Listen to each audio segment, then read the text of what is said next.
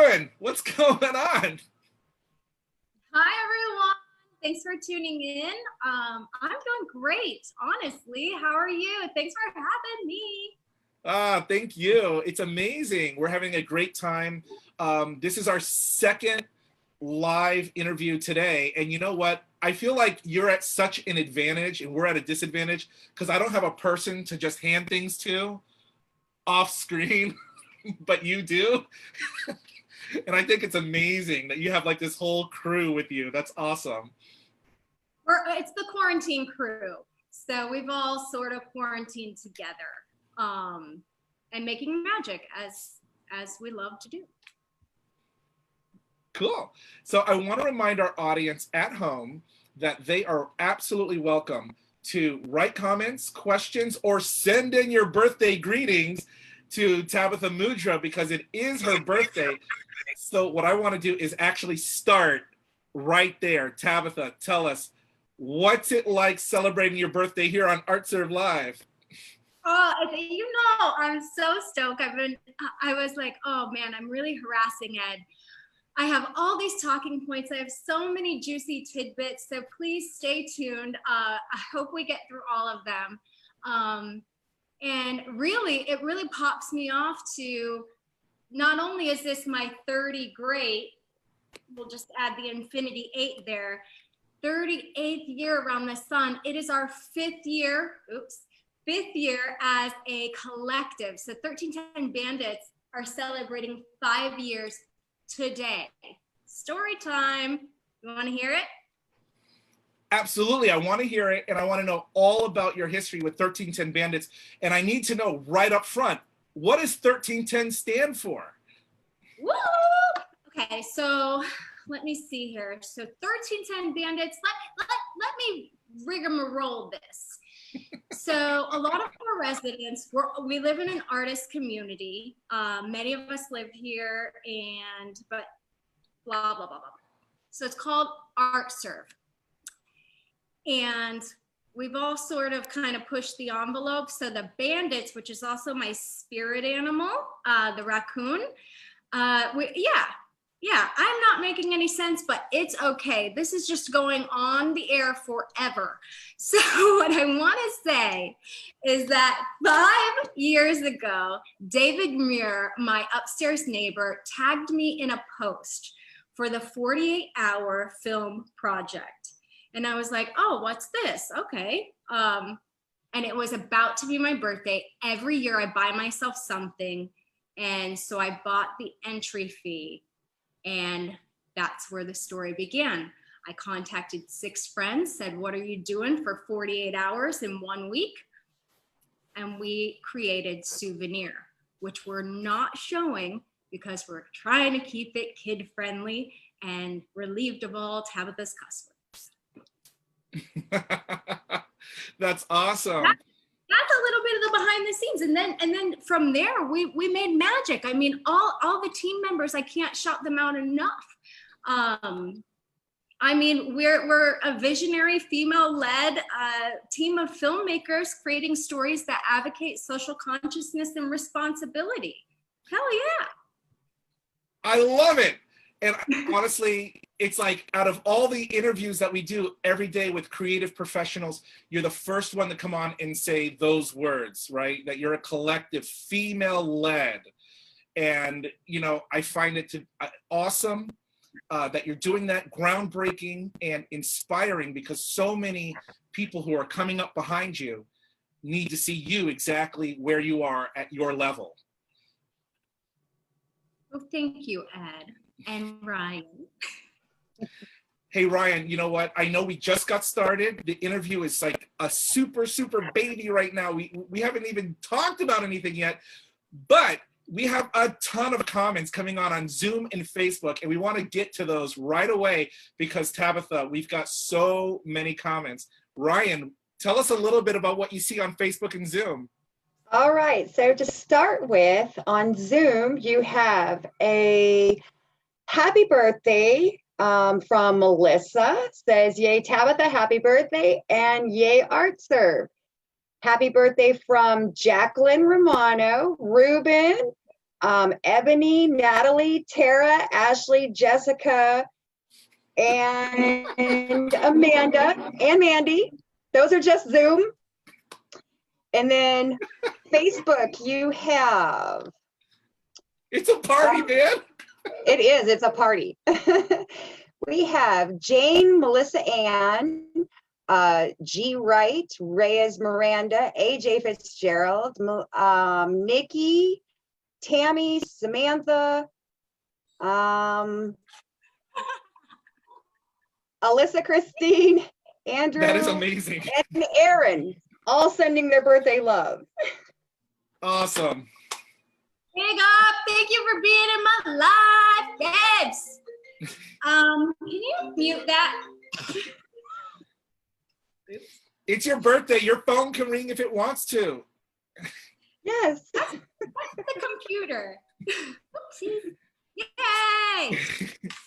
So it looks like when you're doing that with the confetti, it actually looks like a Snapchat filter, but that's real confetti, isn't it? Yeah, you know, we do what we can. That's awesome. If you got it. So, hey, I want to get into the interview a little bit, and I want to ask you some questions about like the things you do and the challenges you have. You know, you're a female collective, and I've seen you on your film premieres pack a room and like 200 people and standing room only and the whole nine, and it's awesome. But talk to me about before that, before there was the 200 people, your challenges in bringing this team together. What did you face in earning trust and building up a grassroots network of support that led to those big premieres later? How difficult was that, or was it difficult at all?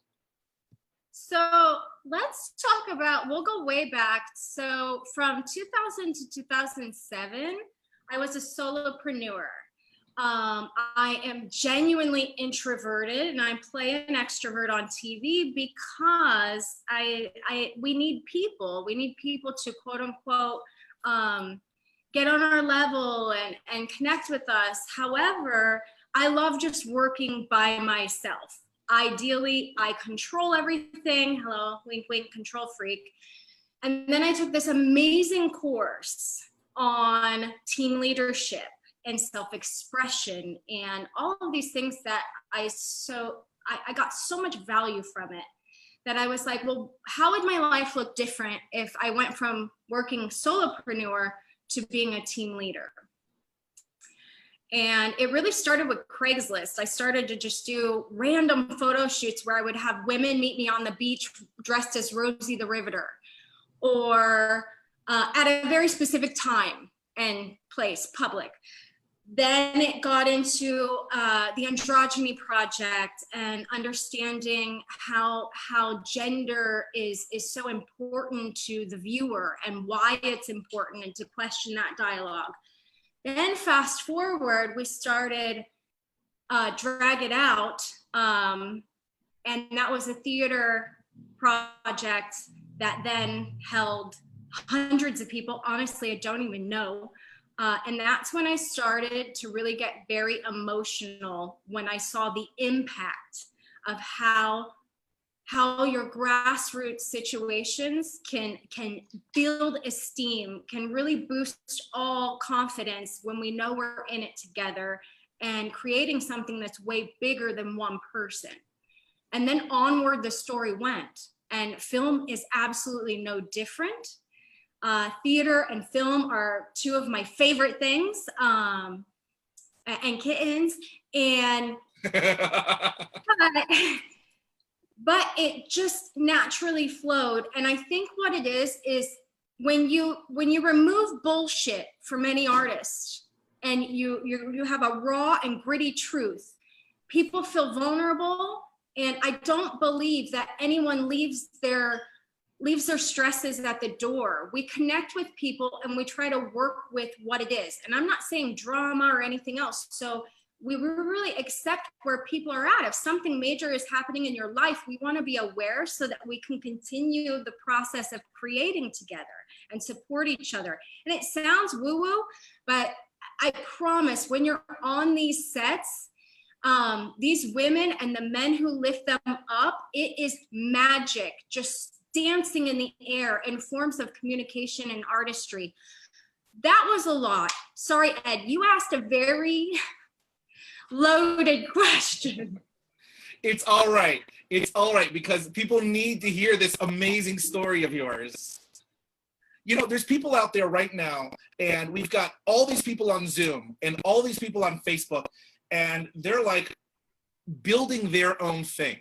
They're working on building their crew, right? And you've done it. You've actually put it together. You've put life into it. And not just life, real work, real sweat, real tears. And so I don't want to take away any of your artistry and all of the hard work that you've done.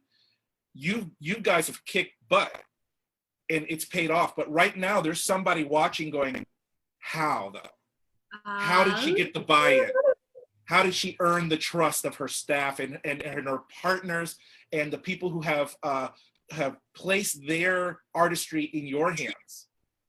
Okay, so I'm gonna redirect that to who is watching, and then I'm going to quote Melissa Hubasak, who was on Cali Matina, and also The Standoff. So she's done a short film and a feature film with us, both done in 48 hours or 48 days.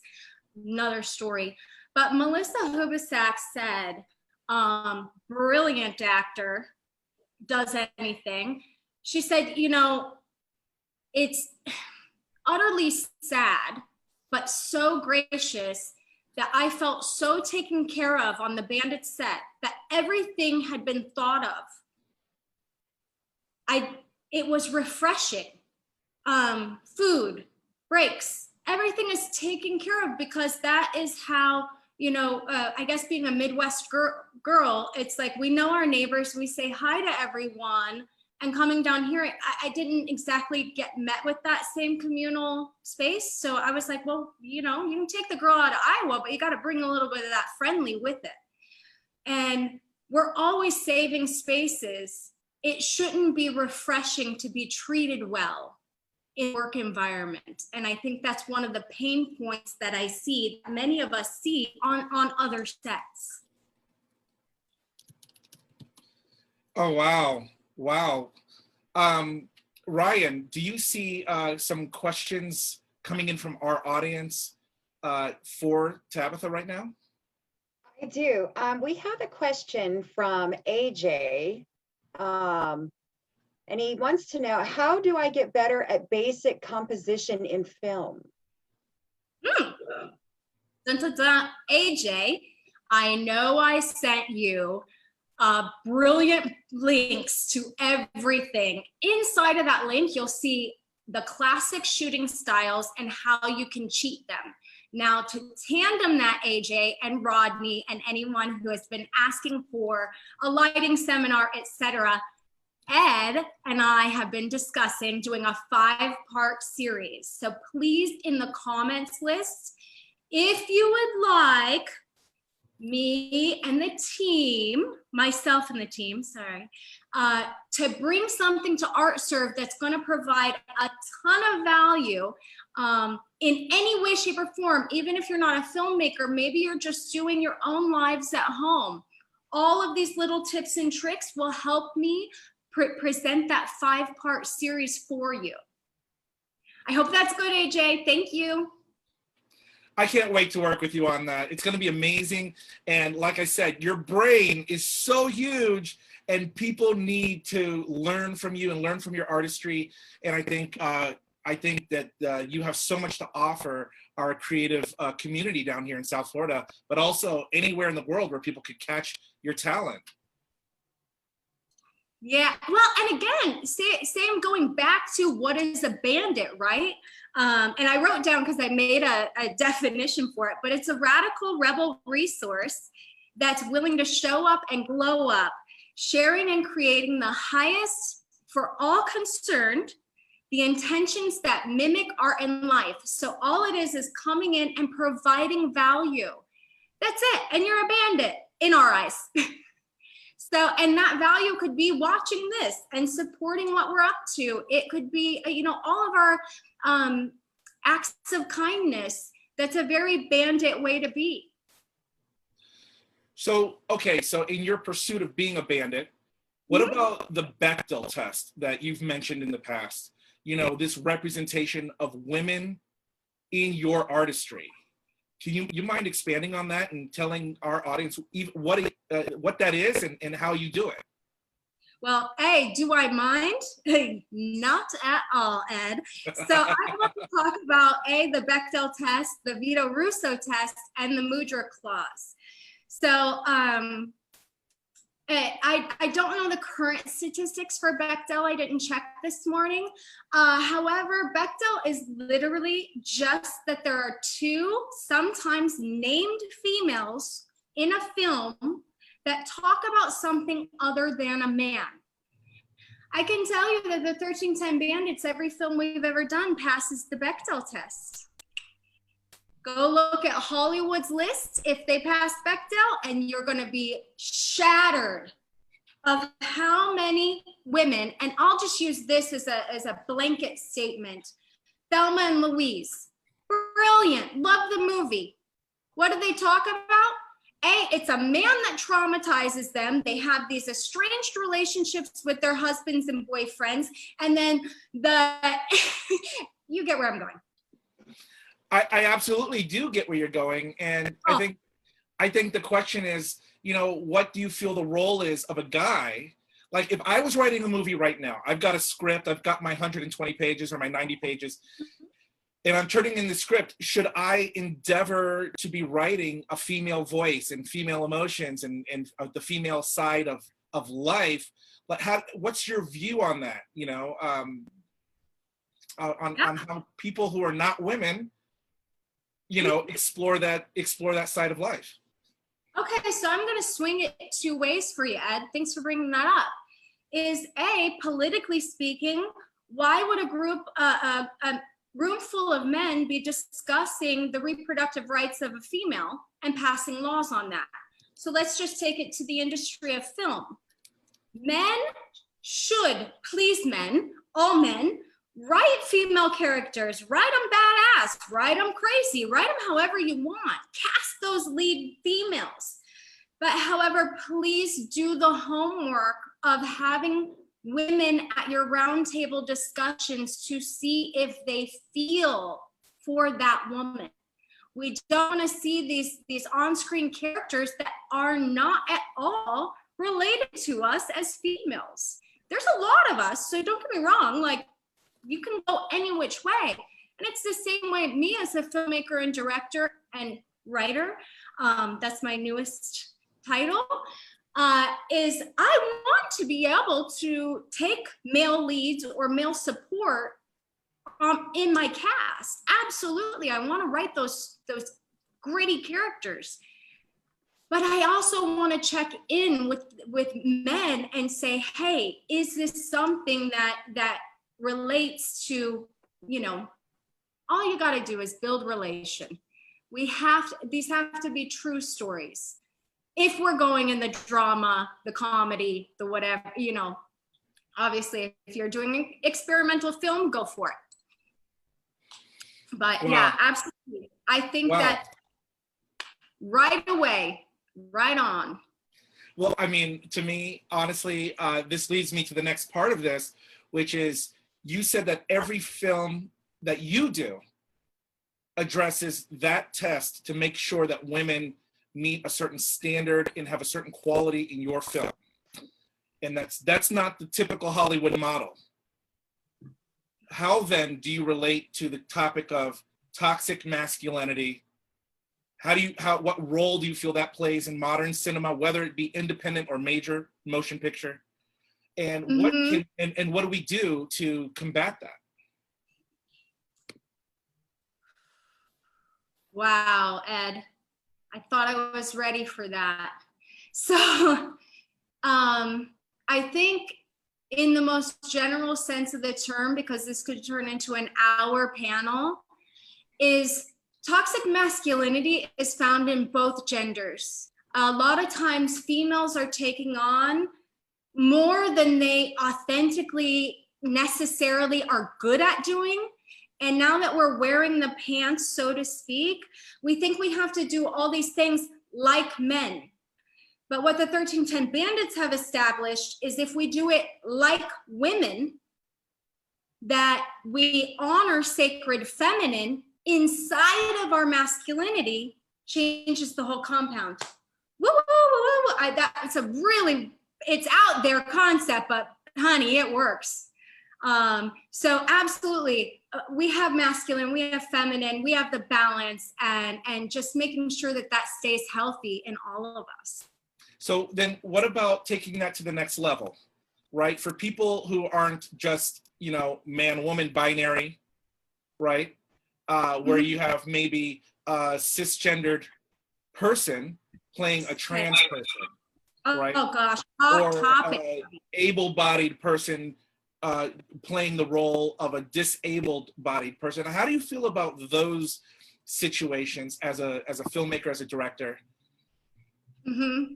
So let me just restate that for the audience. The hot topic that he's speaking from is, should or can there be an actor that is cisgendered playing a transgendered person, which we have seen, and or is there a mixed ability person who is not being cast for a role that now a completely able-bodied actor is doing? I am 50-50 down the center on this. So I'd love to have a panel to get more and more. And again, having people at the table who are specifically in that area of expertise. I love actors. The reason they are acting and that craft is to be respected wholeheartedly. I cast an actor. It's called smart casting. It is not because of their weight, shape, color, etc. It's because they're the right person for the role. That's what I always sit with. However, do I think it's wrong if an actor who is, say, hetero-flexible wants to play a trans person on TV? No. But should they have people at the table who can speak to that experience so that it's honored? Absolutely. I think what we're talking about right now, this alone could be its own separate panel discussion, you know, on enfranchisement, representation, authenticity. And, you know, there's this thing about, you know, taking somebody's cultural identity from them. Right? Misrepresenting somebody's identity because you haven't brought people to the table. You haven't surrounded yourself. I think this is something that we should do. You know, we should have this discussion. And, you know, whether we plan it out, Tabatha, you and I, or we bring in the whole 1310 Bandits, but I think this would be a cool conversation to have. Yeah, no, I'm all in, absolutely. And yeah. Let's continue that conversation. Let's have all the conversations, Ed. Ryan, what do we have coming in on social? Do we have something on Zoom or Facebook? We have stuff both on Facebook and Zoom. We have a lot of comments and support for you. But we do have a couple of questions that I would like to pose for you. We have a comment from Ruben that says, as a male writer, I love writing authentic women and people who aren't me. It's part of the challenge and fun. And Rodney agrees with you that we are all masculine and feminine. We also have a question on Facebook from Martina. This says, who is Tabatha Mudra's idol, and does she channel anyone's essence while creating? Oh gosh, Martina, get out of here. Martina and I have done a lot of dress up. I don't know if I have an idol per se. And again, going really weird in this space is when we're all in the room and we're creating, it's like there's this organic other world above us that's this swirling magic, and we all can feel it. And I just like, I let that guide me. It's almost like the Care Bears care kind of moment. And it feels so comfortable and cozy and challenging and nurturing. And so I would say if I were to idolize something, I have a slight desire for that feeling as often as I can possibly get it. Absolutely. Thank you, Martina. So Tabatha, what are you working on? Oh, I'm sorry, Ryan, please go ahead. It's okay. We have another great question on Zoom from AJ. How do you do justice to the Bechdel test when you're in a limited film scene? For instance, I'm shooting with just my male cousin usually. Oh, cool. Yeah, so you can't do the Bechdel test unless you have 2 females on the screen. So no worries. However, you could potentially pass the Vito Russo test, and that is set out by GLAAD. Vito Russo, it has to do with the LGBTQ community. And let me just share exactly what Vito is. Let me find it here. So the Vito Russo has to be identifiably a lesbian, gay, bisexual, trans, or queer person, such that the character is tied to the plot so nicely that their removal would have a significant effect on the script. That's actually a pain point, AJ. Thank you for bringing it up. You do not have to write stories for women or queer people, no problem. But if you do, I'll watch them. And if you write it, I might shoot it. So if you keep those in your mind, is if you are bringing women in, if you are bringing an LGBTQ person in, and please keep those 2 things in mind. That's it. Sorry, the end. The end. End of scene. Ryan, any more from Zoom or Facebook? We do. We have a question that comes in on Zoom from Jamie, and it says, where does your creative inspiration come from when you're starting work on a new film? Do you have any rituals or traditions before you get started? If that's Jamie Shiko, I'm gonna get you later. So gosh, I don't really have a ritual as much as I just posted on my book face the other day that I go to Rasayana Cove, which is an Ayurvedic retreat center, and I kind of stay off the grid, meaning I can't be contacted whatsoever. I get to listen and look at nature. There's little, I call her Allie, but alligator. She kind of roams around this little area, and then I just start writing scenes. And I start with writing scenes because I see things first. Once I put my scene deck together, then I make my movie, typically following a 3-act structure that I then completely dismantle and create my own jam. So I hope that answers. Other than that, yeah, I think I just mostly, what I do is I sit behind a computer 90% of the time. That's really the life of it. But yeah. Tabatha, you say you don't have an idol, but do you have are you informed by a movie or a director, or is there something that you saw in your history that you're like, oh my goodness, I have to be that person, or I have to make a film like that? Not at all. I think that's, and I'm sorry I don't answer those questions very well, is I'm in such support of women who are really out there being front and center, being cinematographers, directing these amazing films. So I try to keep up with those women and those podcasts. But again, sadly, the numbers are just really, really shy compared to our counterparts. So there hasn't been anyone, so to speak, but my idol as a young person was Drew Barrymore. Like, I just wanted her to be my real life girlfriend. I don't even think she's gay. That's okay. You're allowed to like people regardless of their sexuality. That's like, you could still like them. And I had a shrine. Like, yeah. The question is, who doesn't when it comes to Drew Barrymore? I'm like listening to Girl Rock, you know, Sleater Kinney, L7, Heavens to Betsy, rocking out, looking at pictures of Drew Barrymore. That's me, you know, like I'm an 80s baby, got my, came out when I was 15. So I was like, right on, Drew Barrymore's.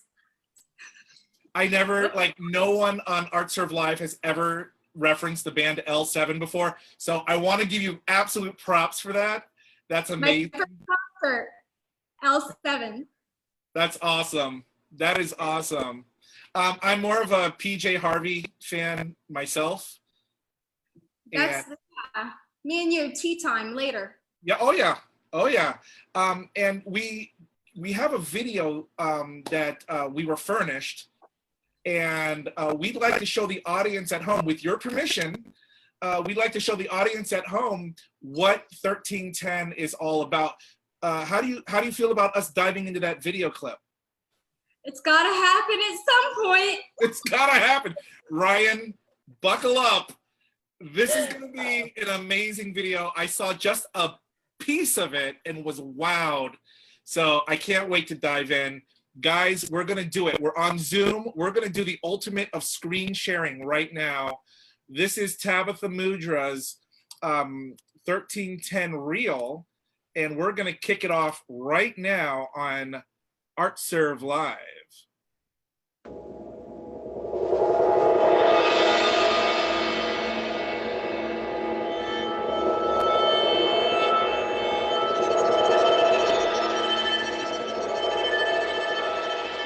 I'm Tabatha Mudra. I am the director of the 1310 Bandits Collective, and we're making a movie.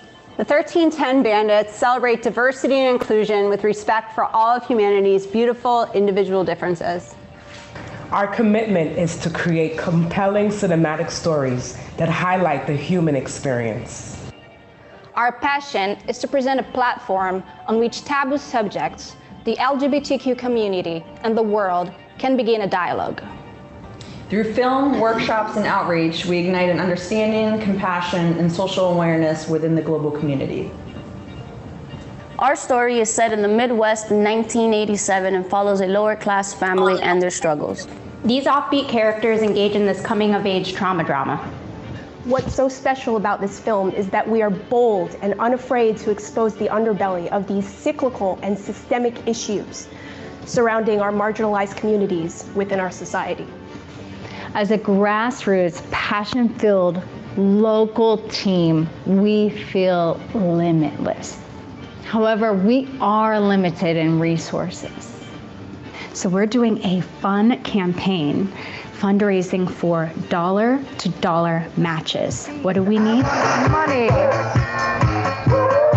That's what I want. $1 per one person. So 10,000 $1 donations gives us 10,000 people who support this mission. When we have met our goal of 10,000 people in 30 days, we get matched another $10,000 to go into the proof of concept. Then we will share that with all of you. From there, you can follow our journey, and then we go into a full feature film. Anyone who wants to give more than $1, please contact me directly. We will make sure you get your tax write-off. If you're our kind of peeps, come on over. We are saving you a seat. Join us in this movement. Follow us on social. And let's get the story started.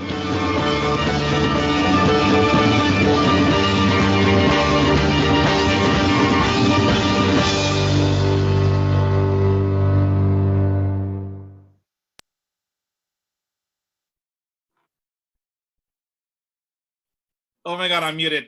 Oh my God. Tabatha, you're gonna have to unmute yourself. Got her. Woo!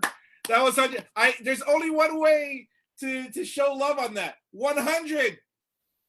100. That was awesome. 100, baby. Yo, you got my dollar right now, Tabatha. A matter of fact, I'm gonna get you on the phone. I would like to donate more than $1. I need a tax write-off. You need to hook me up with the paperwork. I got you. I got you. Okay. Tell us about this. Tell us what is this? What are you doing? Oh gosh. So this has been in the making for hold on. My other excitement is I got to do a couple shout outs. Vanessa Serpas is our behind the scenes producer, and her and I have sat for too many hours. Let me tell you, it was like the 48-hour film project to make this little Jimmy Jab. Because we started casting for pit bulls and piranhas in November of last year, finished casting in February, and guess what happened? There was a huge pandemic having a worldwide screening all at once. And so although my heart goes out to, obviously, we don't want any of the mess that comes with it, but we know people are in need. And we also know that we have to stay creative during this time. With that, I was like, should I put something out? This feels like a really weird time. But when they always say the best time is now, and we're invigorated to tell these gritty, honest stories. So there it is. Pit Bulls and Piranhas is coming soon. As soon as safely possible. Do you want to learn about it? Am I asking the question? No, please. Pit Bulls and Piranhas, please bring it.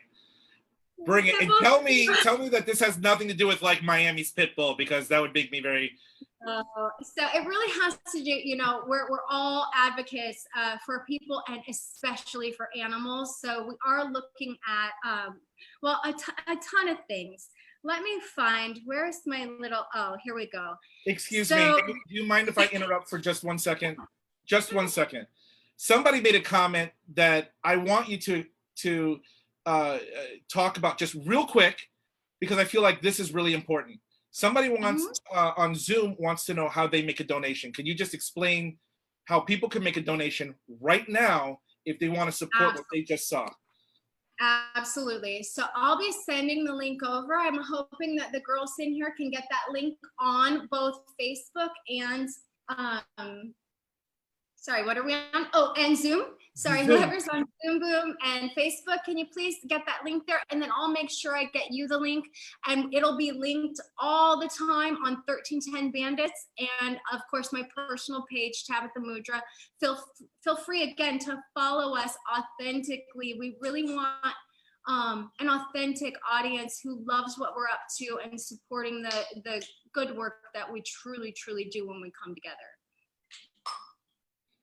All right, awesome. So that link just made it into Facebook right now. Oh, wow. And I'm gonna make sure, unless you want to do it, we're gonna make sure that gets into Zoom right now. Oh, thank you. So what is Pit Bulls and Piranhas? Please tell us about it. So they are offbeat characters that engage in a coming of age trauma drama. So we're underlining domestic abuse, drug addiction, limitations of foster care, and of course, animal cruelty for greed and money. We color these scenes though through the lens of a young girl's abhorrent reality, where she makes these judicious decisions that propel her to direct her own future. What we're exploring is a create your own adventure coming of age, where we get to see the main actor's thought process. When something happens, we all have the left, the right, the up, the down. We go through a lot of things. So we're exploring that through that specific lens, using a lot of grit. Very, very gritty script. Wow. Wow, that is incredible. And we just put that link, the GoFundMe link is now in the chat on Zoom. It's now in the chat on Facebook. And I don't know why I do this, because those technologies are not right here or there. I don't know. And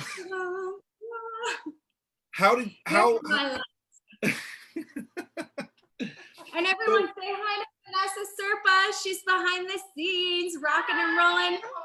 Essentially what she does on team is make sure that everything, that our process is documented, organized, and archived. Can she come closer to the camera and say hi to us officially? How are you? Hi, how are you? Good, how are you? How's everyone I'm doing very well, and I want you to know that I wish I had somebody right next to me, as awesome as you are, handling all sorts of cool camera equipment and being the master of confetti. I mean, it's amazing. Thank you. No. Wow, somebody just wrote, just donated. So cue the confetti, you just got a donation. We got a donation. Yes. Yeah, thank you. That is awesome. That is awesome. And so this story, you said it's really gritty, and I don't want you to give away the plot. I don't want to spoil it for anyone.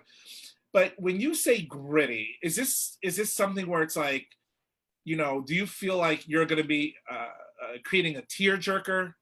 Is this something where, people are going to be taking on an emotional roller coaster? Talk to us a little bit about the emotional side of the project that you're making. Okay, I'll touch on the emotional side, and then I'd also really like to touch on the fact that this is a feature film, and what we're funding for right now is the proof of concept. So the why we're doing this is because raw written truths are oftentimes, let me just say, it's just so special that we're promoting to be bold, to be unafraid, to expose these underbelly and these cyclical processes that pass themselves down through our DNA. And we have the choice to say it stops with me, right? But we don't see a lot of that reflected in our mainstream movies.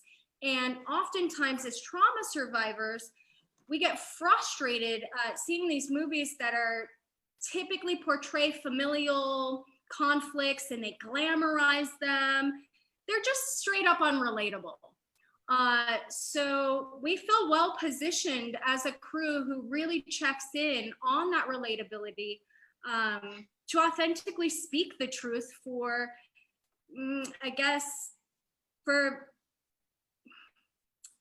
just finally telling a story that allows those with similar his or her stories to really feel seen. Wow, that's really important. And you said that this donation is a fundraising campaign with a match. Does that mean that your production and the amount of time that you spend working on this with your crew is dependent on that match? So if we can get to the 10,000, right? 10,000 individuals who are essentially your dollar pledges that you would come see, that you would be interested in seeing one of our films, but particularly Pitbulls and Piranhas. And we get to 10,000, we get 10,000 more. We know it's amazing to be even fair to your cast and crew. And then all the special effects, if you know what we've done with nothing at all, imagine what we can do with support. And these evergreen stories, that they live on, and it's really a legacy of all of us who share this or can get some sense of compassion towards people who have that history. So that's what we're really looking at. And I hate to say this and I'm gonna say it anyways, we would do it anyways. We'll do it. it's just going to take us a lot longer. We're going to have to pull more favors. We're going to have to suffer a little bit in certain exchanges. Yeah, but we're going to do it anyways. There's something about artists that you have to. So what we're asking for is please recognize that we have to, and how it feels just today. Gosh, I feel like so supported. How that'll feel for the whole team? What? You know, that would be amazing.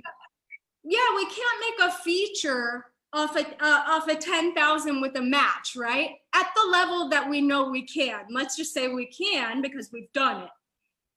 We did Cali Matina, another story, right?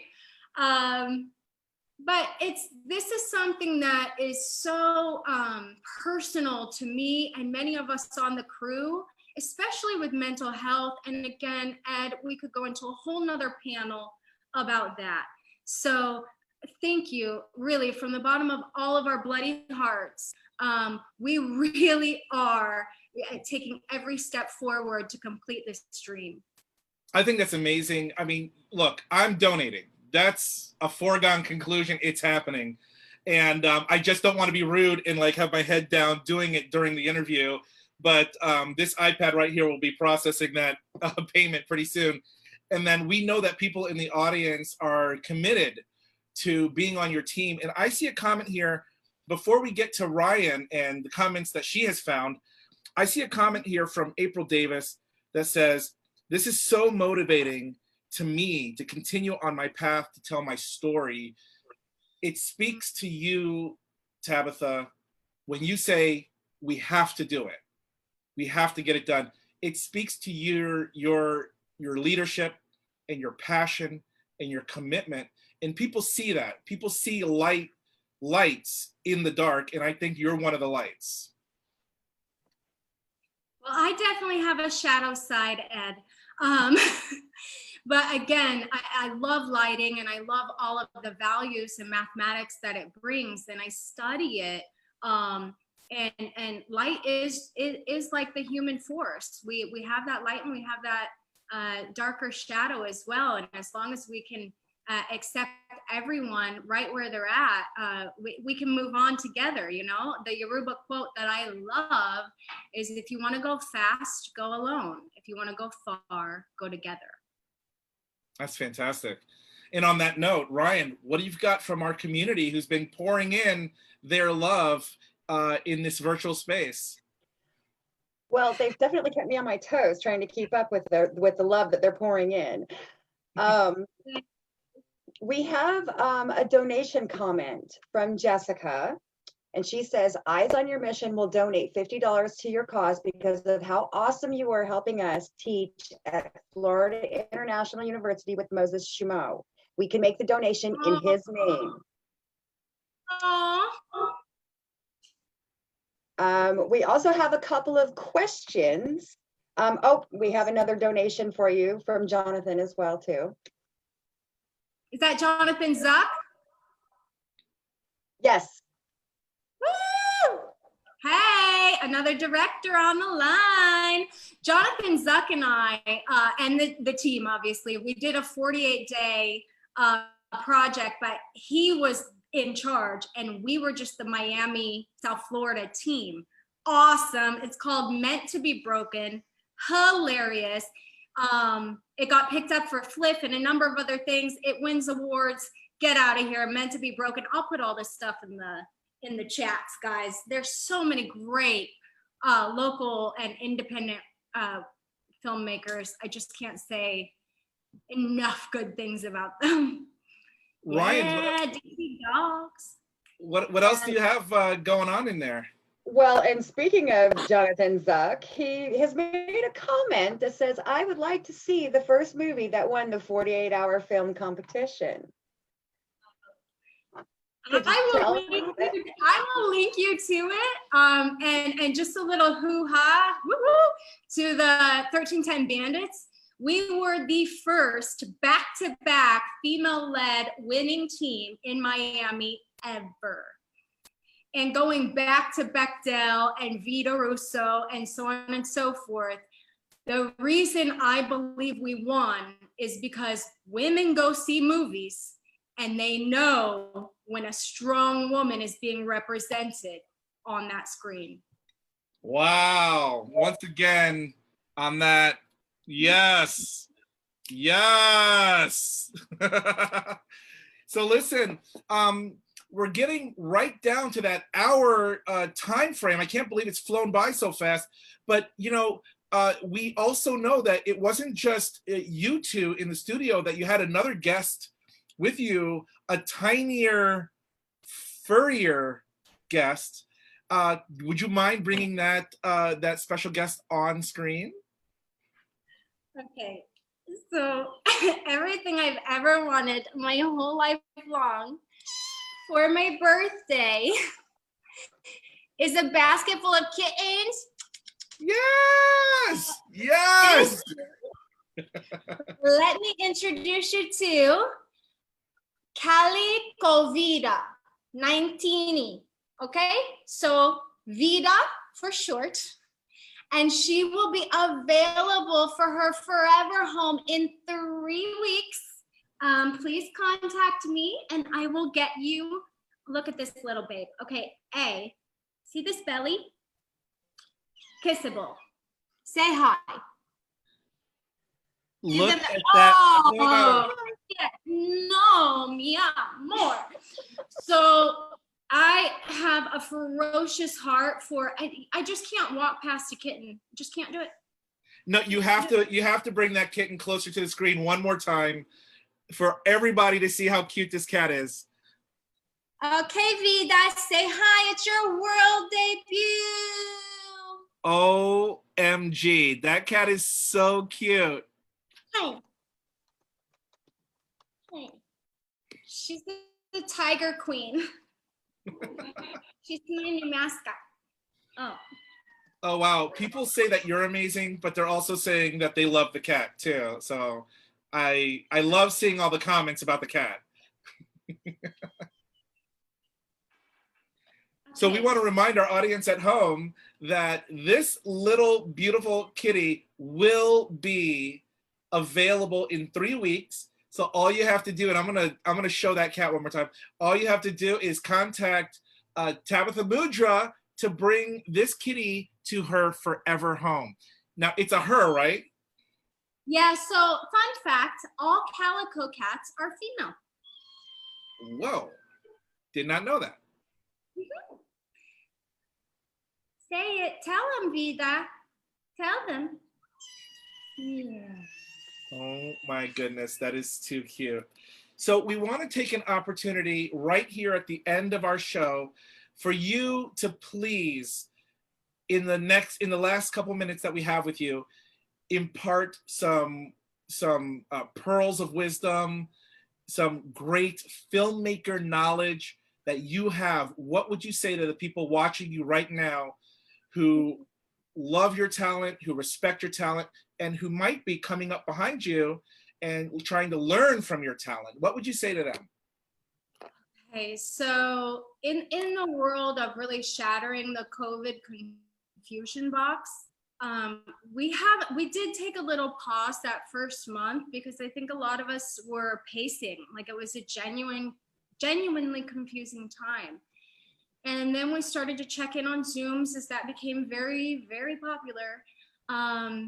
But essentially, when you're creating a film, building your tribe and getting them excited and interested, we were running through our shot sheets, pulling scenes from movies that we loved. So as we were going through, we were like, ooh, look at this coloration, look at this. We had the time to really kind of too much time, because now I wrote 3 other particular like maybe scripts, but you don't have to stop. And then I do want to just promote that all of the casting outside of the physical casting, I do on breakdown services. So I get sides sent to me, those videos from actors, and I'm able to sit in the comfort of my own home and work with them. And we ended up casting a wonderful Sydney from New York to play Sherry in the movie. And then most everyone else is local. So our legal team, we have to have our when you're being serious, if you're just doing something for the sake of having fun, rock and roll. When you're doing something that just employs a lot more people, you want to definitely have all your deal memos for your casting crew, really, really crucial elements of the business side. Just talk to a line producer. Gabby, I hope you're on. I hope you're going to take it. So there's so many other things that we still need. And right now, we don't have our location because we haven't been able to go see people. And we had our location, now we lost it due to COVID. Same thing with our casting. We had to slow down. But I was able to do a lot of the directing notes from FaceTime. So you don't have to stop. You just have to keep doing. And then, of course, if there's nothing else to do, make your own movie, make it on Zoom. Make it a central theme that all your acting or filmmaker friends, you develop a script and you all pop on Zoom one at a time. There's so many fun things we can still do and highlight characters and keep practicing. It's a practice. Wow. And Ryan, you said you had one more, right? Yes, and I think this is a really, really great question. This one comes from Isabeau. Mm-hmm. And she says, is the 13 collective at, is the 1310 collective at capacity? And how can one go about collaborating with this awesome group of creatives?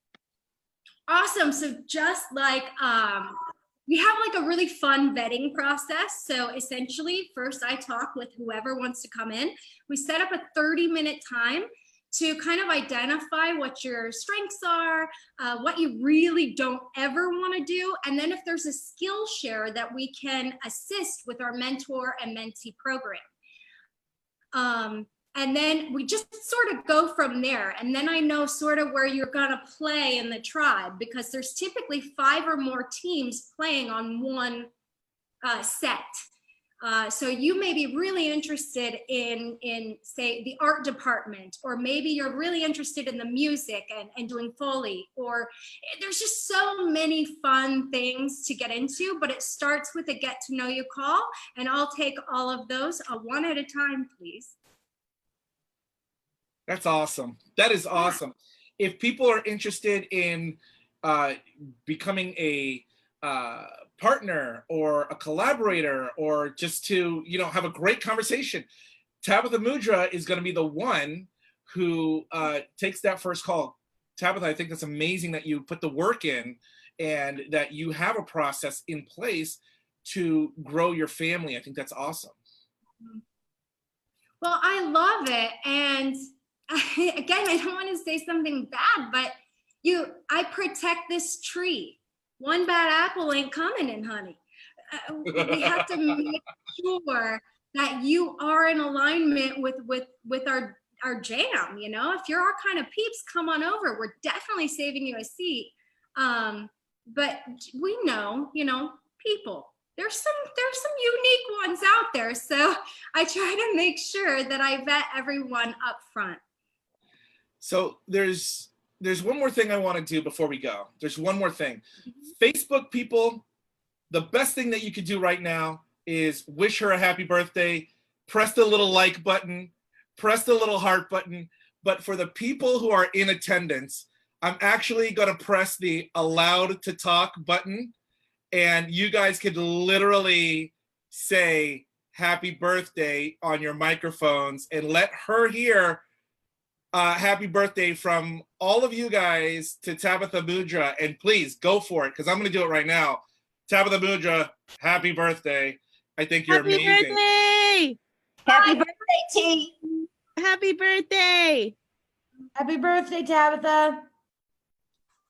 Happy birthday, dear. Happy birthday. Thank you so much for being so inspirational. Let's go have the room. Happy birthday. You dazzle, T. Happy birthday, Tabatha. Yeah, yeah, yeah, yeah, yeah, yeah. All right, everyone come in. Go for it. Sing to me, babies. Come in. Oh, wow. Check it out. Wow. Yummy. Tabatha, you are my hero. You're such an inspiration. Thank you so much.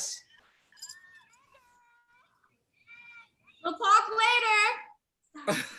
Wow, this is so cool. Birthday to you. Happy birthday to you. Happy birthday, dear Tabatha. Happy birthday to you.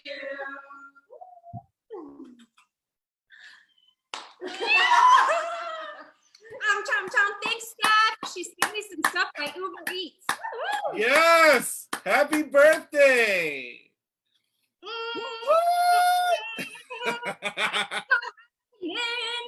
This has been amazing. And thank you, Tabatha, for spending your birthday time here with Art Serve Live. Ryan and I have had a blast. And watching you with the cat and the cake and the confetti, it's been amazing. Okay, I can't, and you know, Ed, we are going to talk later. And Ryan, I can't wait to officially meet you, but let's get our story started too, huh? Absolutely. All right, I can't wait. Let's build out some stuff. Let's provide value. Oh, hold on. This is for Ed. This is for Ryan. 3, 2. Woo! And to all of you. Yes. I love it. I love it.